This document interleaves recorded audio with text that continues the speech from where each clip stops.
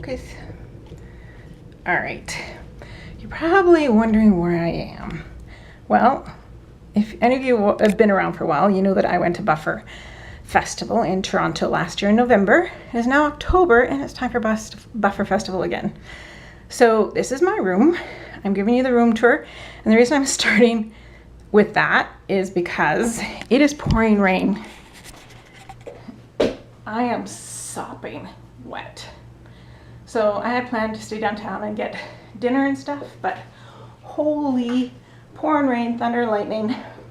I blame Gunnarola because wherever he is planning to meet up or anything like that, it's gonna rain. So this is on you, Andrew. I'll put his link in the description. But anyway, so this is my room. It's Studio 6 downtown. And I can tell you that because this isn't going up until I get home. So we have a kitchenette, which is kind of cool. Look at this little stove. My feet are squishing. And then we got the twin beds and the curtains. We have flat screen TV. You can see me waving. A little desk and chairs. My wet suitcase, which I really need to unpack because it's wet. There's a little fridge and freezer in here. Then you can see how, ooh, look at that. But look, Keurig coffee pod machine. Yum. And bathroom, I haven't even looked in here yet. Ooh, flashlight. Oh, what's in here? Look at that. It's a cupboard for all your things. With your Kleenex poking out. Toilet, shower, shampoo. This is really nice, actually. And a sink. So yeah, pretty swish. Now I'm starving because I haven't eaten like a bun today and some juice. I don't suppose anybody put anything in the fridge for me. No, it's empty. So I need to scrounge some food. Dry off a little bit. I don't know if I'm going to go back out because it's actually only 7:45 and I picked up my tickets already. So let's see what's going on.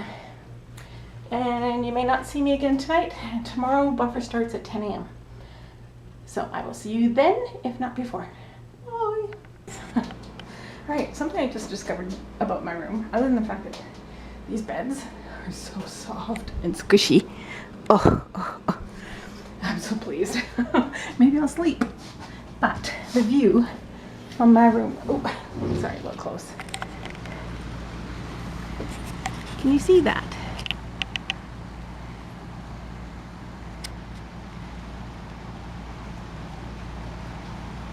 That is the CN Tower. I want it to light up completely again. How amazing is that?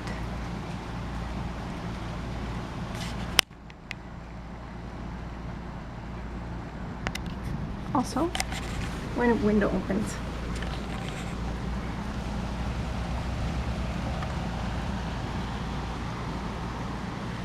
So we'll look out again tomorrow morning and see what we can see. But so much fresh air coming in right now. Love it. We first came up with Buffer Festival and we were talking to Tiff well over a year ago. We were trying to figure out, like, you know, are we just doing Buffer Saturday and Sunday? We want more days than that. We have more shows than that. So I said, well, what do they do at the Toronto International Film Festival? And they were like, people just skip school. Just do it. They'll skip school. Don't worry about it. So, so again, this show is going to be free. I assume that most people here are just like really hardcore fans of YouTube. Is that correct? We did also invite some press. There are some press here, so I'm going to talk as if you don't know very much about YouTube, because this is the Welcome to Buffer Festival screening, as if you don't really know what Buffer Festival is. So in a way, I'm kind of preaching to the choir, because I'm sure out of everybody, you guys are some of the people that know most about what Buffer Festival is. But for those who don't, it is a 3-day film festival. We are showing a bunch of YouTube videos up on the big screen, and we are proving to the public, to traditional media, to the press, that people are willing to come out and watch YouTube videos in a theater. We think that's really cool. It's something we really believe in. Scale. And that means, does this work for one person, 1,000 people, 1,000,000 people, and 1,000,000,000 people? It has to have no ceiling. It has to scale. So when they went to YouTube and they applied that to YouTube, they set their sights on certain things like the front page. Back in the day, somebody from YouTube used to hand select videos and put it on the front page. Someone at Google was like, hey, does this scale? And the answer came back, no. They wanted it to be an algorithm. And they're like, we need to replace humans making creative decisions, which is technically kind of unfair, technically kind of biased. That's just of the opinion of a human. Let's get rid of that and replace it with an algorithm. And then they release the algorithm, and the algorithm sucks, right? And it gets better over time, and now I don't think the front page is too bad, but I miss the days of videos being featured. Well, what happened is that they signed so many partners that they couldn't scale partner support. When there's 20 partners, it's like, yeah, somebody at YouTube can handle these 20 people's problems and questions. I'm very lucky that I joined YouTube at a time where I applied for a partnership, and they gave it to me, and YouTube employees would talk to you. But YouTube as a company, Google stepping in says, this doesn't scale. What happens if we have 1,000 partners? What happens if we have 10,000 partners? What if we have 1,000,000 partners? What if we have 1,000,000,000 partners? What if everybody could monetize their videos? Well, that's the goal. We want everybody to be able to monetize their videos, which is, again, more fair to everyone. It was really cool for the people that got YouTube partnership, and it really sucked for everybody else. It's like, I want to be a YouTube partner, and you would like hope and pray and dream and apply and probably get denied, and you're like, damn it, why not me? Why aren't I special? And that's not very Googly. Google doesn't want that attitude. It's not how Google works. So they needed to scale monetization. So they're like, all right, we're just going to give everybody monetization. We need to stop offering customer support. So what are we going to do? Well, why don't we allow other companies to offer customer support? We'll allow them to control the ads, and they can just help the YouTubers by giving them customer support instead of us having to do it. So they enabled that in their system, they coded it, they released it, and they said, all right, great, now you guys can control your own ads. And it was done very innocently so that YouTubers could control their own ads and maybe have a manager or an agent who could control those ads and get customer support. Hi, this is my first time on stage like this.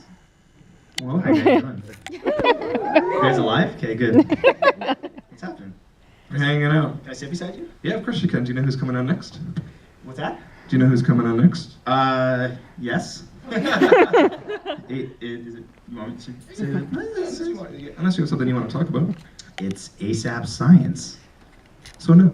No, well, I don't know, just about that video. It's just, it's my most popular video. I think it's got just under 6 million views.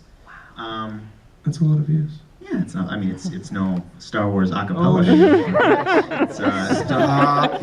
It's up there. Stop. Yeah, and I chose that one for this because there was an inordinate amount of Canadian jokes in that video. I don't know why that happened, but it just kind of worked. So I'm kind of horrible proud. Things happen to Canadians. Yeah, pretty much. Actually, I think, I don't know if I mentioned it in that video, but the girl that their body was liquefied was a Canadian student. I think I said that. Yeah. Did I? Okay, cool. I don't even know what's in my own videos.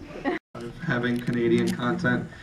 During this show, we're going to try to show you one video from a lot of different Canadian YouTubers. There's a lot, and there's actually more than we can even show you, and I think we're very, very proud of all of them. It's great. I mean, we did this show last year, and there's a lot more YouTubers this year, which is really cool. And if you went back back when we all met, there was almost nobody.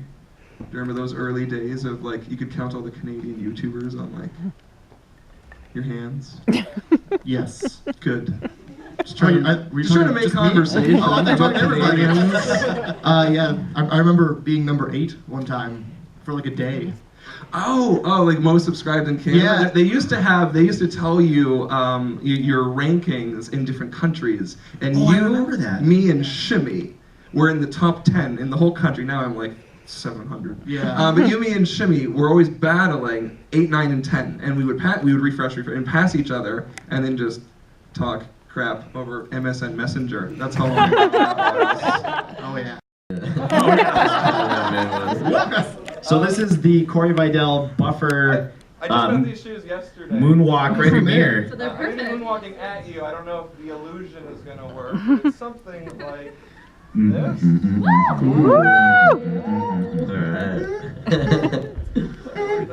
Yeah, that was good. They work pretty well.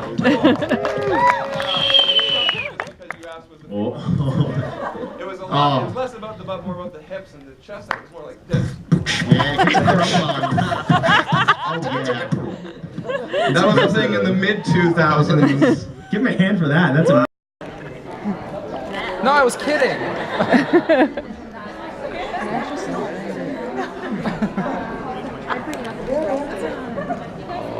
Alright, I know I've been slacking and I haven't seen you since like the hotel room last night.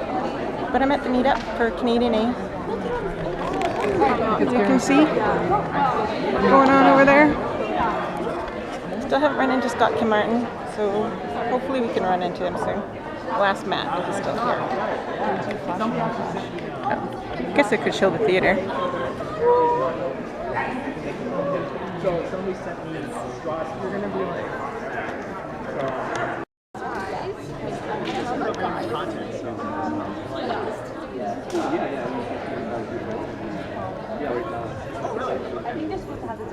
Yeah. It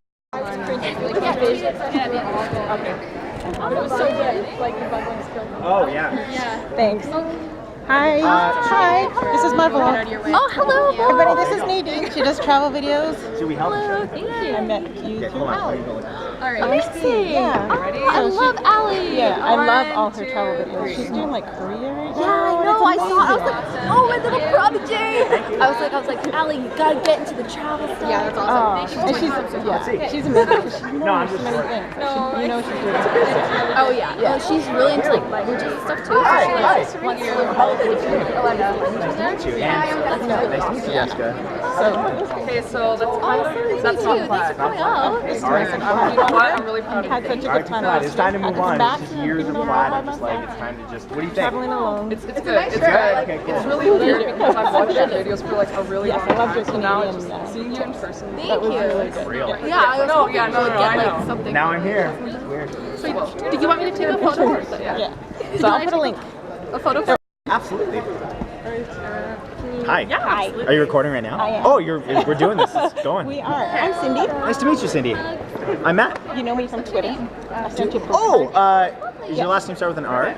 Yes. I know you. It's not my real name, but Okay, yeah. but that's how I recognize you. I knew right away. Yeah. How's it going? I'm just checking to make sure. It's kind of good to finally meet you. Yes, Yeah. perfect. I know, and you're vlogging the whole thing. I'm This is trying real to. life right now happening. Yeah, I've been really not very good at doing it. But you're good at it now. And that's all that counts. Well, Right yes. now. Right this second. Because we're at because, Buffer Festival. Yes. Yeah. And I'll put a link in the description. Yeah. So I don't suppose that Scott guy's around anymore. Is he running back to Scott, the- yeah, no, he's here. He's here. He's here. Rob Dyke's here, and Bob is here. Weird Bob. You guys probably know him from the Do you want me to vlogs. take a photo for you? Yeah, they're buzzing around. Yeah. I still haven't connected with her yet. You have to get to You, well, walk around, and there's always somebody cool to see in Toronto at Buffer Festival. It's a really cool experience. Swoozy's over there. Did you vlog that? Do you know who Swoozy is? Okay. Well, Swoozy's famous. He's a good guy. That's what I hear. Yeah. Yeah. It's not my thing. It's all good. Well, it's a pleasure meeting you, finally. Yeah.